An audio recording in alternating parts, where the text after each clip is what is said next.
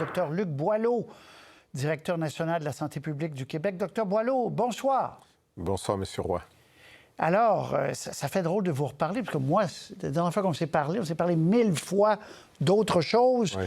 Et là, parlons du smog. Je vois que des ligues de baseball mineurs, de soccer ce soir, d'autres organisations sportives ont annulé leurs pratiques à l'extérieur ou leurs matchs à l'extérieur. Est-ce que c'était la bonne chose à faire, d'après vous? Moi, je pense que oui. Actuellement, là, vous parlez évidemment de ceux qui sont dans la grande région, d'abord de Montréal, mais les régions autour, où est-ce qu'on voit qu'il y a un smog qui est présent. Les gens peuvent le sentir en marchant ici pour venir dans vos studios à Radio-Canada. On sentait bien la fumée. Donc, ça veut dire qu'il y a quand même un taux qui est élevé. Vous avez eu des infidés avant qui vous ont signifié les taux qui sont actuellement dispersés à Montréal. Alors, c'est pas une bonne idée de faire du sport et d'être à l'extérieur en voulant forcer, là, avec nos poumons, notre cœur, dans des contextes comme ça. On est mieux de prendre une pause, là, de rester à l'intérieur pendant ces périodes-là, qui ne devraient pas durer très longtemps. Il y a une prévision météorologique qui devrait apporter qui nous dit qu'on va avoir de la pluie ce soir, puis même les prochaines journées. Alors, ça va changer le portrait, mais pour l'instant, c'est des bonnes décisions. Donc, sur une échelle, parce qu'on va revoir la carte, Montréal, c'était 7 aujourd'hui, 9 Gatineau. À ce niveau-là, vous dites, même si on est en bonne santé, c'est pas une bonne idée d'aller faire un petit 10 km dehors, là.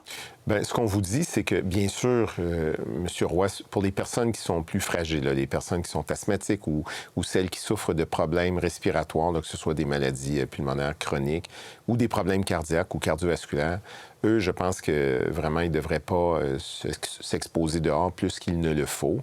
Idéalement, rester à l'intérieur. Pour les autres, les gens peuvent juger s'ils se sentent aptes à le faire, mais d'une façon générale, on juge que c'est pas une bonne idée parce qu'effectivement, ça peut générer de l'inflammation pour des personnes qui s'exposeraient de trop, surtout si on a un rythme cardiaque et respiratoire accentué.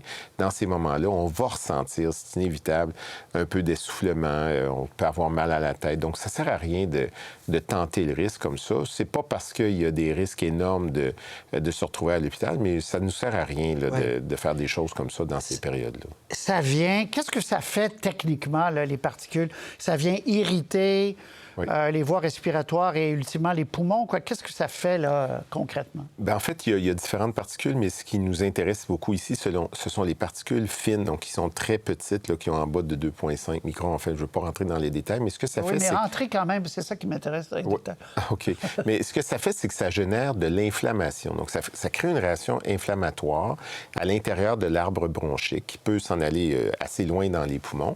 Et pour les gens, comme vous le savez, qui sont asthmatiques ou dont des maladies chroniques et respiratoires, c'est souvent le fruit d'une inflammation qui est là. Donc, on l'accentue. Et la même chose, à le respirer comme ça, cette réaction inflammatoire peut se disperser au niveau de ceux qui souffrent de maladies cardiovasculaires. Alors, c'est des inflammations qu'on a autour des vaisseaux sanguins et des vaisseaux principaux du cœur ou d'autres vaisseaux. Donc, on ne veut pas créer cette mécanique inflammatoire par une surexposition d'un produit qui est dans l'air et dont on peut se priver en restant plus correctement à l'intérieur.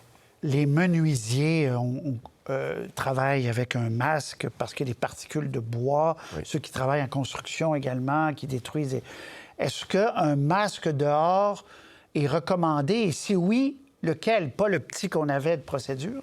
Oui, effectivement, vous le dites bien. Celui qu'on a, là, comme vous dites, de procédure, le bleu là, qu'on voit souvent, puis j'ai vu en marchant ici des gens qui le portaient, c'était peut-être d'autres raisons, mais ça, c'est pas vraiment utile. Je veux dire, on n'empêchera pas du tout les particules de s'introduire. Celui qui peut être efficace, c'est le N95, mais encore faut-il qu'il soit bien ajusté puis bien porté. Il faut faire attention. Là. Le N95, d'abord, c'est pas disponible partout. On en a en stock là, pour des événements là, à risque de maladies transmissibles, tout ça.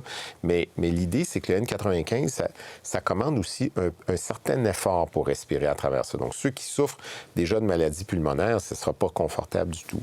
C'est plus pour ceux qui sont exposés qui n'ont pas le choix. Là, par exemple, ceux qui travaillent, je vais donner un exemple, à Hydro-Québec sur des lignes ou à Bell Canada, dans des régions où est-ce qu'il y aurait effectivement des hauts taux, là, comme en Abitibi, autour de Sainte-Terre en ce moment, ça reste très élevé. Eux peuvent le porter, ils vont tirer un bénéfice de cela. Mais nous, en santé publique, de le recommander à tout le monde, pas du tout. Certains médecins vont dire, ben moi, je pense que vous devriez le porter, tout ça. On n'est pas contre, là. Non, je comprends. Mais ce n'est pas une recommandation du tout là, que nous faisons en ce moment. Très bien. Docteur Boileau, est-ce que vous vous intéressez encore à la COVID, par ailleurs, avant de vous laisser aller? Là? Est-ce que... Bien sûr. Non, mais oui, c'est une question rhétorique, là, mais oui, vous vous intéressez à la COVID, mais on en est où? Là? Est-ce que c'est... on suit ça avec intérêt? On se dit, c'est la queue de l'ouragan, quoi? Bien, en fait, ce qu'on observe pour la COVID, c'est qu'il y a encore beaucoup de cas, mais les gens... ont la plupart du temps des réinfections. Donc, c'est une infection qu'ils ont eue dans le passé et qui, avec un nouveau contact, font à nouveau une infection. Elle est souvent moins pire. Elle n'est pas toujours moins pire, mais elle est souvent moins pire, moins importante, moins lourde, moins contagieuse. Donc, on a ces cas-là. Malheureusement, il y a toujours des gens qui peuvent la faire ou la refaire et qui sont dans des dispositions de plus à risque avec des maladies chroniques. Et on a des gens qui décèdent de la COVID encore régulièrement, presque tous les jours. Et on a des cas, on a quand même plusieurs cas à tous les jours qui s'affichent, mais on n'est pas dans des situations de vagues comme ce qu'on avait vu. C'est plutôt une période de stabilité. Mais quand même de haute endémicité. Et on le voit à travers plusieurs autres juridictions, on n'est pas la seule comme ça. On est très content du succès que nous avons eu jusqu'à maintenant sur cette grande période pandémique-là. On est parmi les plus, je vous dirais, les meilleurs au monde, là, au niveau de la gestion. Là, je ne tourne pas ça sur moi, là, mais toutes les équipes et tous les efforts qui ont été faits, les mesures prises, ont fait en sorte qu'on a quand même eu des succès excellents au niveau mondial pour la mortalité, puis on veut continuer comme ça. Rien d'autre vous inquiète, Dr Boileau, en santé publique? Il n'y a pas de nouveau virus, il n'y a pas... je sais pas, une gastro virulente qui se promènerait dans les écoles ou ailleurs. Il n'y a rien qui... Il n'y a pas de signaux orange sur votre tableau de bord, là? Bien, on en a quelques-uns. On en a eu quelques-uns. Vous le savez, l'influenza qu'on a eu, le virus respiratoire, là, les saisons vont reprendre dans quelques mois ou quelques semaines. On ne le sait pas exactement. L'influenza, actuellement, à l'autre bout de la planète, n'est pas facile. Donc, on anticipe des choses.